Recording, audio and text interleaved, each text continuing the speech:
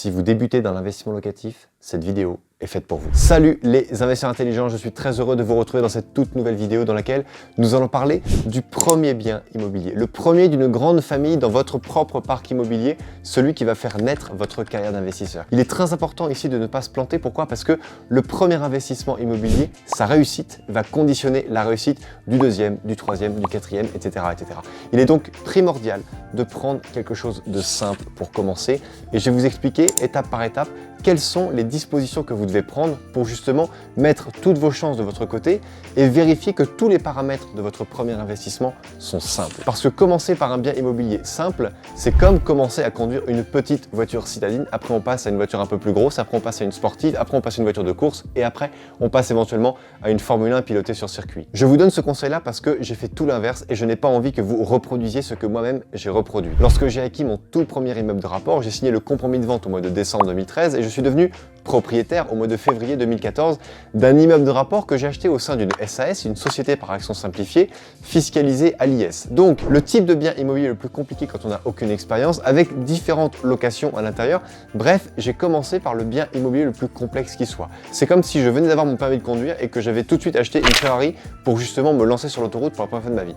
Il y a vraiment beaucoup plus simple à faire et je ne recommande à personne de faire ce que j'ai fait. Ce que je vous recommande, c'est de réaliser votre premier investisseur en comprenant chacun des paramètres de celui-ci. Premièrement, je vous invite à sélectionner des biens simples. Un T1, un T1 bis, un studio, un T2, pourquoi pas. Mais n'allez pas au-delà du T2 pour commencer. Achetez ce bien-là dans une copropriété qui est bien entretenue, qui est bien rangée, qui n'a pas de procédure en cours, qui a pourquoi pas un syndic bénévole avec une dizaine de propriétaires.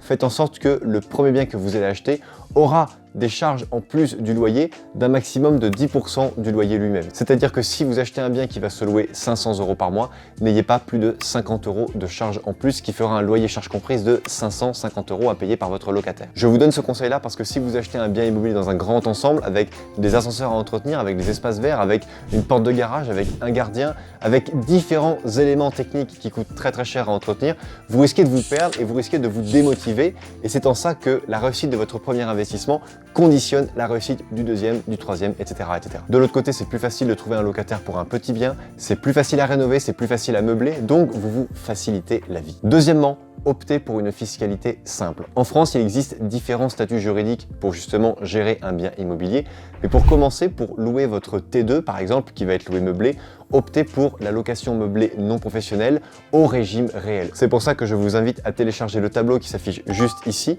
en cliquant sur le lien dans la description pour que vous puissiez apprendre très simplement à gérer tous les aspects financiers qui gravitent autour d'un bien immobilier.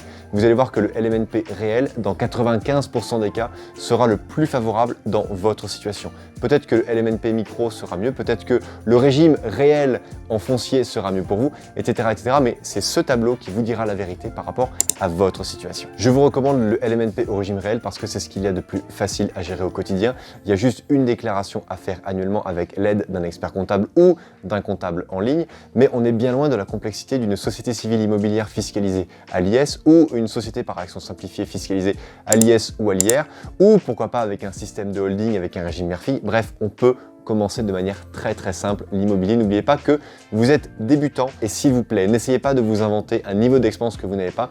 Commencez par un petit bien tout simple avec une fiscalité que vous maîtrisez. Si vous trouvez que ce conseil était pertinent, n'hésitez pas à liker la vidéo. Également, profitez-en pour me poser toutes vos questions en commentaire sous cette vidéo. Je me ferai une immense joie de vous répondre. Troisièmement, le financement. Vous pouvez très bien choisir des financements très simples ou vous montez des usines à gaz comme certains aiment le faire. Vous pouvez, pourquoi pas, faire un crédit in fine. Si vous empruntez 200 000 €, vous faites in fine sur 200 000 € et un prêt gigogne sur les 100 000 € restants, ou faire un crédit amortissable, ou faire un crédit avec justement une revalorisation hypothécaire et pourquoi pas un crédit transférable. Bref, on peut faire beaucoup de choses avec le crédit immobilier.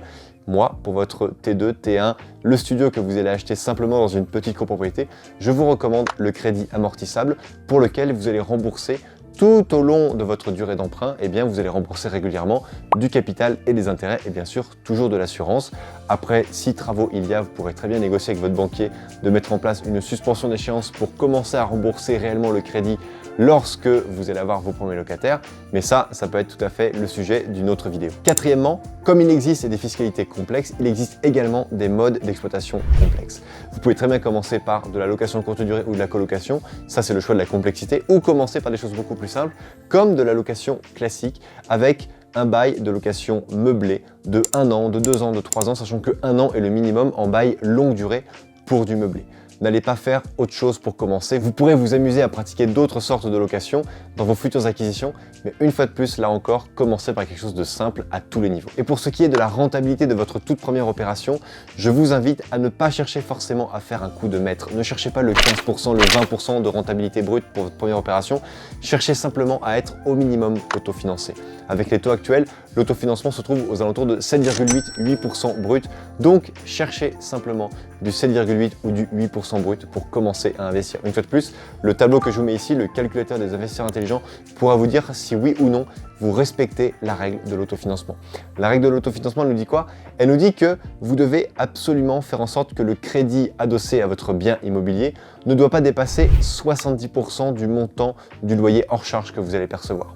Exemple, si vous allez percevoir 1 000 € hors charge de loyer mensuel, alors vous ne devez pas avoir plus de 700 € par mois à rembourser à la banque. Attention, 700 €, intérêt, assurance, capital inclus, bien évidemment. Pourquoi est-ce qu'il est important d'être autofinancé? Si vous n'êtes pas autofinancé, eh bien, ce bien que vous allez acheter va dégrader votre reste à vivre et donc va venir pénaliser votre capacité d'endettement pour les prochaines opérations. Tandis que s'il s'autofinance complètement, en fonction des banques, eh bien celui-ci sera considéré comme une opération blanche et ne sera pas comptabilisé dans votre propre endettement. C'est en ça que c'est vraiment très important de suivre ces quelques petits conseils que je vous dis. Également, vous pouvez très bien faire un acte en main parce qu'aujourd'hui, les banques ne prêtent plus l'argent pour financer les frais de notaire. Vous devez donc mettre en place un acte en main pour faire en sorte que la banque finance à coup sûr vos frais de notaire dans le cadre de votre acquisition. Et bien sûr, on y revient encore, mais vérifiez systématiquement votre passeport immobilier. Votre passeport immobilier, c'est TL plus GLI. TL pour tension locative, vérifiez que les gens vont faire la queue pour justement venir louer votre logement et prenez une garantie loyer impayé. Si vous avez l'assurance que les gens feront la queue et se battront pour avoir votre logement, alors vous aurez l'embarras du choix et vous pourrez systématiquement prendre les locataires qui ont les meilleurs dossiers auxquels vous pourrez prendre derrière eux une garantie loyer impayé. Chers amis, cette vidéo est terminée. N'hésitez pas à la liker, à la commenter, à vous abonner à la chaîne si ça n'est pas déjà fait et bien sûr, partagez cette vidéo si vous pensez qu'elle peut aider un de vos proches à grandir en immobilier. En attendant, comme d'habitude, n'oubliez pas, crise ou pas crise, on fait la route ensemble. Ciao!